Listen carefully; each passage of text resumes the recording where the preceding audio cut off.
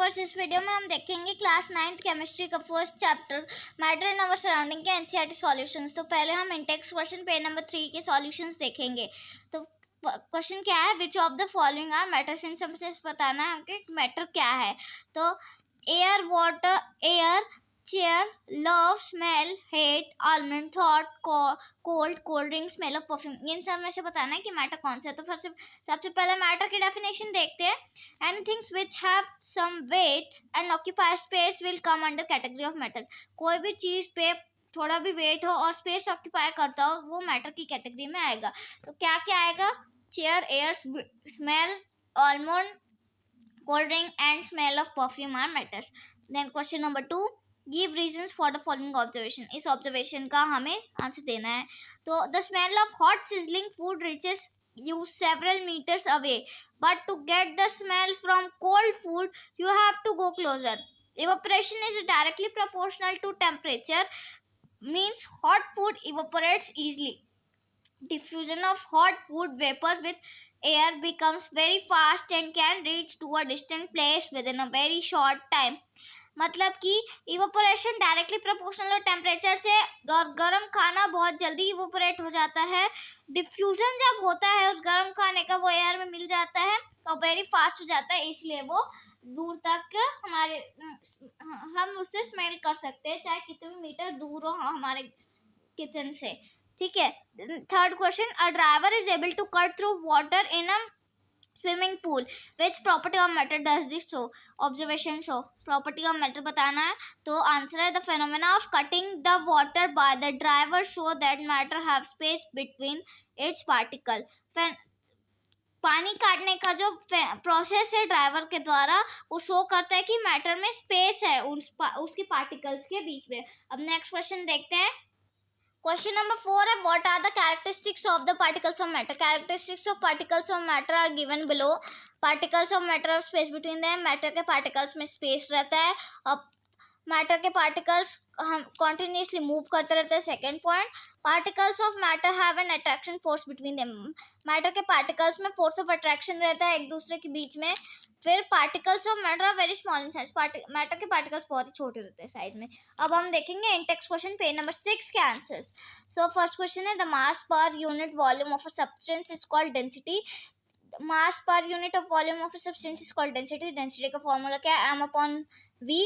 Arrange the following order of increasing density: air, exhaust from chimney, honey, water, chalk, cotton and iron। इन सबको increasing order of density में arrange करना है। तो क्या है answer? We can solve this question by keeping this concept in mind. The correct order of density for gas, liquid and solid are। हम इस concept को याद करके इस क्वेश्चन को सॉल्व कर सकते हैं। तो कॉन्सेप्ट क्या दिया है? Gas, liquid, solid. Gas is smaller than liquid, liquid is smaller than solid. Thus air, exhaust chimney ये gas है, water and honey liquid है, chalk, cotton and iron solid है। तो increasing order of density है। Question number 2 के दो part है। तो फर्स्ट पार्ट है tabulate the difference in the characteristics of state of matter. Tabulate करना है। चलिए देखते हैं इसका आंसर।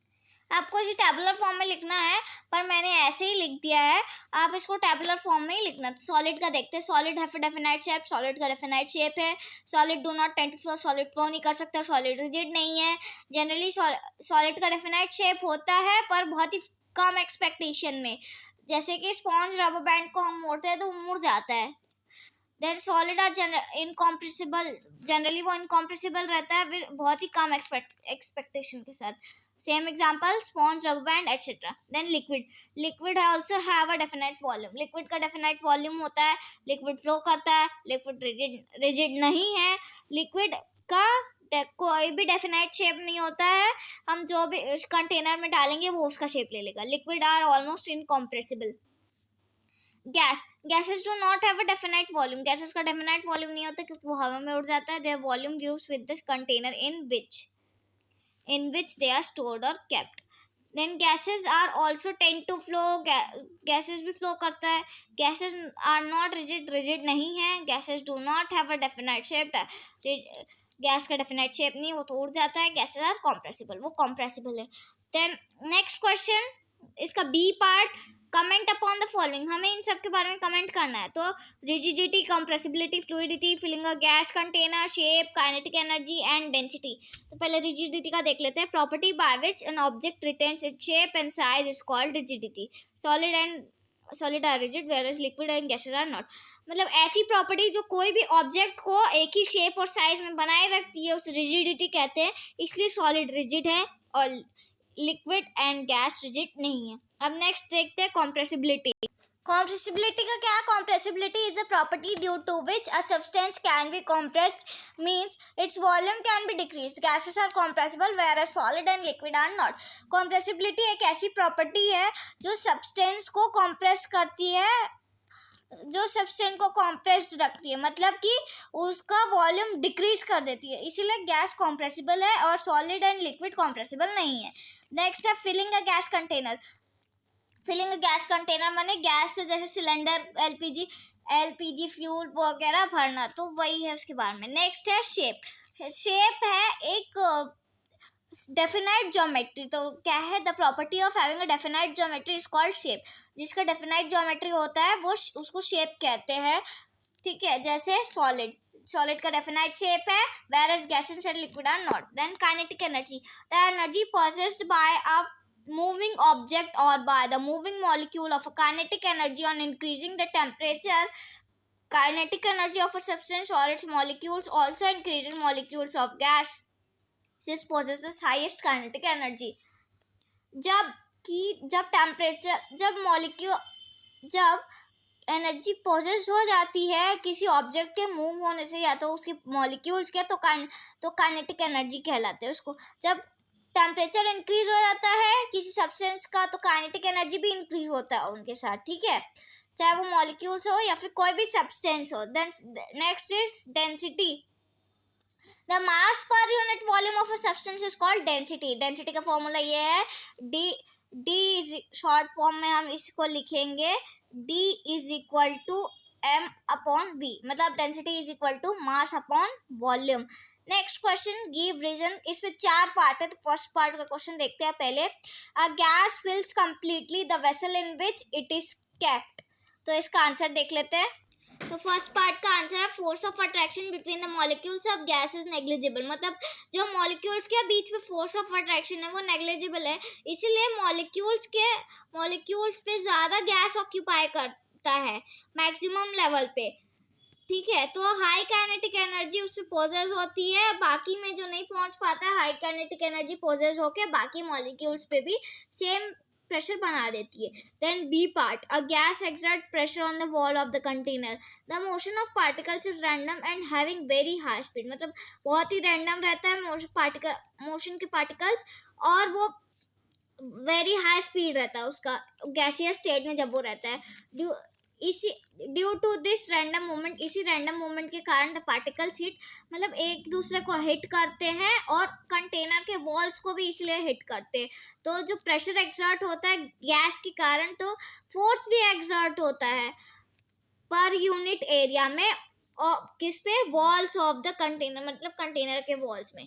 देन सी पार्ट है, a wooden table should called a solid. तो आंसर है, there is a strong force of attraction between the molecules of wood and the intermolecular space is the least, so a wooden table has a definite shape and volume and it should be called a solid। मतलब strong force of attraction रहता है would के molecules में और उसके intermolecular में भी बहुत स्पेस रहता है, इसीलिए वुडन का डेफिनाइट शेप होता है वुडन टेबल का, और वो सॉलिड के डेफिनाइट शेप और डेफिनाइट वॉल्यूम होता है, इसलिए वो सॉलिड कहलाते हैं।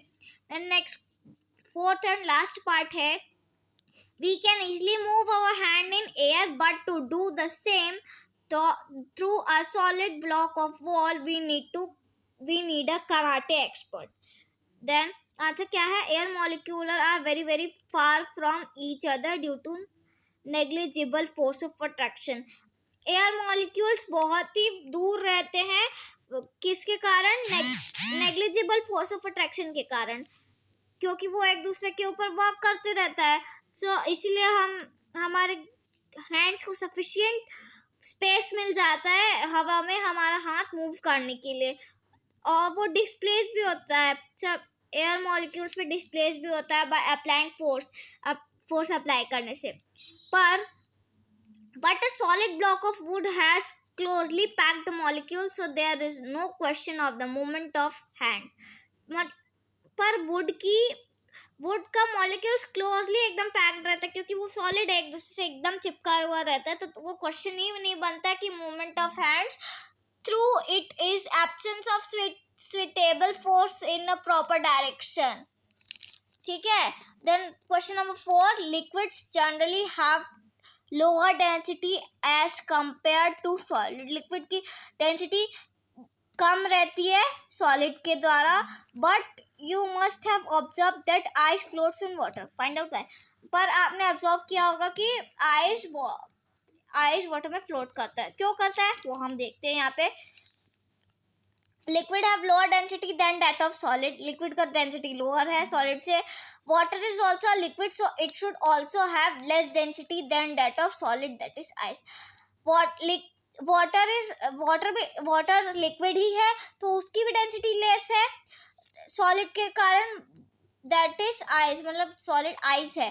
But in case not so the reason for the same in the cage like structure of ice, पर नहीं ऐसे सेम नहीं होता, that is presence of vacant space between water molecules when they linked in ice. The number of these space is comparatively less in water, being more porous than water. Ice of lighter than water and floats on the surface of water. क्योंकि ice भी तो water से ही बनता है, इसीलिए वो float करता है, बस वही है इस क्वेश्चन में। पर आपको डिटेल में लिखना पड़ेगा, क्योंकि 5 मार्क्स का क्वेश्चन आएगा, आप पॉइंट में भी लिख सकते हो, 3 मार्क्स का भी पूछ सकता है। Next question, in text question page number 9 में जो गिवन है, convert the following temperature to Celsius scale. First 300 Kelvin को सेल्सियस स्केल में चेंज करना है। 300 केल्विन को हमें सेल्सियस पे चेंज करना है, तो by the use of given formula we can convert Kelvin temperature to Celsius. Formula से हम केल्विन टेम्परेचर को सेल्सियस में कन्वर्ट कर सकते हैं।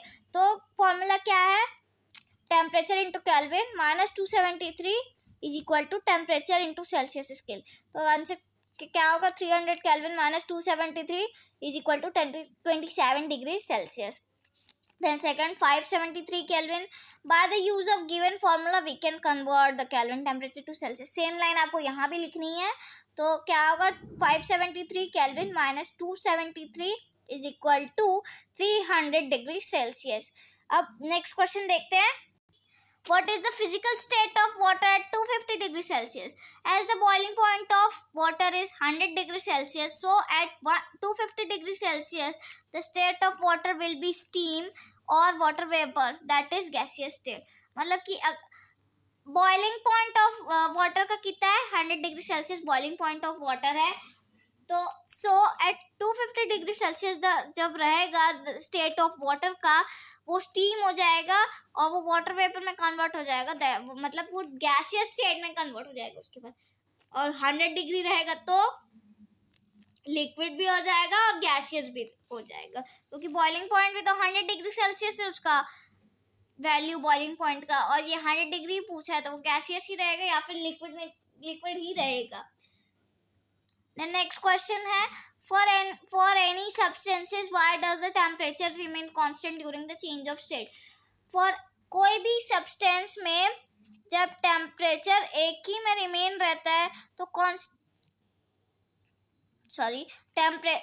for any substance why does the temperature, कोई भी substance में टेम्परेचर कांस्टेंट क्यों रहता है जब स्टेट चेंज होता है, तो वो डिटेल में देखते हैं हम। During the change of state of a substance, जब स्टेट चेंज होता है कोई भी सब्सटेंस का, द टेम्परेचर रिमेन कांस्टेंट। तो क्यों रहता है, this can be understand with the help of an example. वो एक एग्जांपल के थ्रू हम अंडरस्टैंड कर सकते हैं। When a solid is heated to a melting point, solid heat होता है एक मेल्टिंग पॉइंट के द्वारा, तो the temperature first rises and become constant. तो पहले टेम्परेचर राइज हो जाता है और वो कांस्टेंट बन जाता है जब वो रीच करता है मेल्टिंग पॉइंट में। So now on further heating, और जब हीट करते हैं तो the heating energy provided to the substance, मतलब हीटिंग एनर्जी भी प्रोवाइड हो जाती है सब्सटेंस को, हेल्प्स टू इसके कारण सब्सटेंस दो टुकड़ों में बढ़ जाता है। तो द फोर्स ऑफ अट्रैक्शन जो रहता है उनके बीच सॉलिड मॉलिक्यूल्स में, वो ब्रेक हो जाता है। सब्सटेंस नहीं टूटा, वो खुद मॉलिक्यूल्स ही ब्रेक हो जाता है। सो उस हीट को क्या कहते हैं हम? Latent heat. So that is why the temperature does not rise, इसलिए टेम्परेचर राइज नहीं होता है। नेक्स्ट क्वेश्चन है, suggest the method to liquefy atmospheric gases. एक मेथड सजेस्ट करना है लिक्विफाई करने के लिए एटमॉस्फेरिक गैसेस को। सो क्या है? By applying pressure and reducing the temperature atmospheric gases can be liquefied. Pressure apply करने से और उसका टेम्परेचर रिड्यूस करने से एटमॉस्फेरिक गैस बनता है और वो लिक्विफाई भी हो जाता है। तो ये था इंटेक्स क्वेश्चन पेज नंबर 9 के आंसर्स। अब हम देखेंगे इंटेक्स क्वेश्चन पेज नंबर 10 के answers. So in text question page number 10 का क्वेश्चन है, first, why does a desert cooler and better on a hot dry day. Desert cooler क्यों better रहता है हॉट ड्राई डे में? तो a desert cooler functions on the basis of evaporation. Desert cooler function रहता है basis of evaporation के कारण। The rate of evaporation increases with increasing temperature and evaporation का रेट इंक्रीज होता है जब टेम्परेचर इंक्रीज होता है, और जब डिक्रीज होता है तो डिक्रीज होता है वो ह्यूमिडिटी में होता है। तो जब इवेपोरेशन इंक्रीज करता है डे बाय डे, जब डे बाय डे नहीं, जब एकदम गर्मी का दिन रहता है और ड्राई रहता है, ठीक है। So the desert cooler function to a better extent, तो तभी डेजर्ट कूलर फंक्शन करता है बेटर एक्सटेंट में। Next question, why does the water kept in earthen pot मटका becomes cool during summer. Earthen pot माने मटका, सबके घर पे मटका रहता है पानी ठंडा पीने के लिए। आंसर क्या देखते हैं? Large number of tiny pores is present on the surface of the earthen pot. मतलब बहुत ही ज़्यादा टाइनी पोर्स उस पे रहते हैं अर्दन पॉट के सरफेस में। उस पे वाटर स्टोर्ड होता है तो वो इवापोरेट जल्दी से हो जाता है, वो उन्हीं पोर्स के कारण। Increasing of exposed surface area, जब due to exposed surface area. As the process of evaporation causes cooling, the stored water inside the earthen pond become cool. Evaporation के कारण वो cool हो जाता है, जो stored रहता है water inside the earthen pond वो इसीलिए cool हो जाता है, और जब मटके से हम पानी पीते हैं इसीलिए वो ठंडा ठंडा रहता है। Then next question क्या है? Why does our palm feel cold when we put some acetone or petrol or perfume on it? मतलब कि हमारा पाम क्यों ठंडा हो जाता है जब उसमें एसीटोन, पेट्रोल या फिर परफ्यूम छिड़कते हैं। एसीटोन क्या होता है? जब ब्लड टेस्ट में जो रब करते हैं ना कॉटन से, उसको एसीटोन बोलते हैं। और पेट्रोल और परफ्यूम तो जानते ही हो आप। Acetone, petrol, perfume etcetera being volatile evaporate हो जाता है, वो बहुत ही फास्ट एक्सपोज हो जाता है लार्ज सरफेस पे। During the process they absorb the required latent heat. Process के कारण वो एब्जॉर्ब कर देते हैं जितना चाहिए होता है लेटेंट हीट को उसका, of vaporization from the palm में, वेपराइजेशन के द्वारा पाम में। इफ कैप्ट, अगर पाम में कैप्ट है तो, अगर पाम में रखा है तो। So the process causes cooling and the palm feels cool. So इस प्रोसेस पे कूलिंग होती है हमारे पाम में और वो कूल हो जाता है पूरा। तो नेक्स्ट क्वेश्चन देखते हैं, why are we able to sip hot tea और milk faster from a saucer rather than a cup. तो इसका आंसर देखते हैं। A liquid has large surface area in a saucer than in a cup. Does it evaporate faster and cool faster in a saucer than in a cup? For this reason, we able to sip hot tea or milk faster than a saucer rather than a cup. इसका मतलब क्या है कि liquid has large surface area in a saucer, मतलब plate में हम कोई भी लिक्विड चीज को डालते हैं तो वो ज़्यादा सरफेस ज़्यादा रहता है तो अच्छे से फैल जाता है पूरे में और वो जल्दी ठंडा हो जाता है, इसीलिए वो इवोपरेट फास्ट हो जाता है और जल्दी ठंडा हो जाता है। इसीलिए हम सॉसर से गरम चीज़ को, गरम दूध या चाय को भी या फिर कॉफ़ी, उसको हम तेज़ी से पी सकते हैं कप के कारण। अगर हम कप में ही रखे रहेंगे तो वो छोटे सरफेस में ही रह जाएगा, वो गर्म गर्म ही रहेगा। अगर हम प्लेट में रख के पियेंगे तो वो पूरी तरफ फैलेगा और जल्दी ठंडा हो जाएगा। देन नेक्स्ट क्वेश्चन है, what type of cloth should be wear in summer? हमें समर में कैसे कपड़े पहनने चाहिए? We should wear light colour cotton clothes in summer. को हमें समर गर्मियों में कॉटन क्लोथ्स पहनने चाहिए और लाइट कलर के पहनने चाहिए। Cotton is good absorber of water और स्वेट। मतलब कॉटन क्या है, पसीने को जल्दी सोख लेता है या फिर वाटर को। It provides more surface area for the sweat to evaporate. वो ज़्यादा प्रोवाइड करता है सरफेस एरिया को स्वेट के लिए और एवापोरेट होने के लिए। Then light colour absorb the less heat. Light colour में हीट लेस एब्जॉर्ब होता है। So wearing light colour cotton clothes helps us feeling cool and comfortable. इसलिए लाइट कलर के कपड़े पहनने से हम गर्मियों में कंफर्टेबल फील कर पाते हैं। अब हम स्टार्ट करेंगे एक्सरसाइजेस के सॉल्यूशन। एक्सरसाइजेस जो चैप्टर के बाद जो क्वेश्चंस दिए हैं ना, उसके क्वेश्चंस अब देखेंगे। Convert the following temperature to Celsius scale. आप फॉर्मूला पुट करो और आंसर फाइंड कर दो। फर्स्ट का आंसर 20 डिग्री सेल्सियस है और सेकेंड का है 197 डिग्री सेल्सियस। मैंने डायरेक्ट लिख दिया है। देन क्वेश्चन नंबर 2, इस पे भी टेम्परेचर इसी में भी सेल्सियस से केल्विन स्केल में कन्वर्ट करना है। सेम वैसे ही लिख दो। इस पहले का आंसर है 298 केल्विन, दूसरे का 646 Kelvin. Then question number 3, give reason for the following observation. हमें दो रीजन दिए, दो ऑब्जर्वेशन दिए, इसका रीजन लिखना। तो फर्स्ट का देखते हैं, naphthalene ball disappear with time without leaving any solid.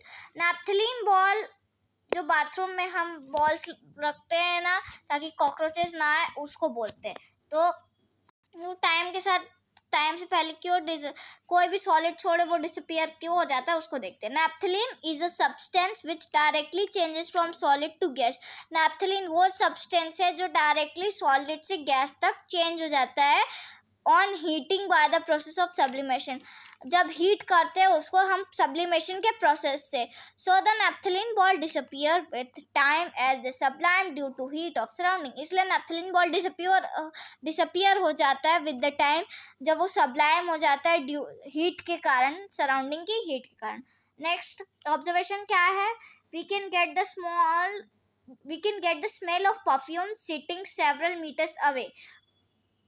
हमें परफ्यूम की स्मेल आ जाती है हम कितने भी दूर बैठे रहे हो। तो उसका आंसर क्या होगा, the smell of perfume reaches several meter away due to fast diffusion. क्योंकि उसका फास्ट डिफ्यूजन होता है, क्योंकि वो गैसियस परफ्यूम रहता है ना, परफ्यूम में गैसियस पार्टिकल्स रहता है, इसलिए वो एयर में ज़्यादा उड़ता है इसीलिए।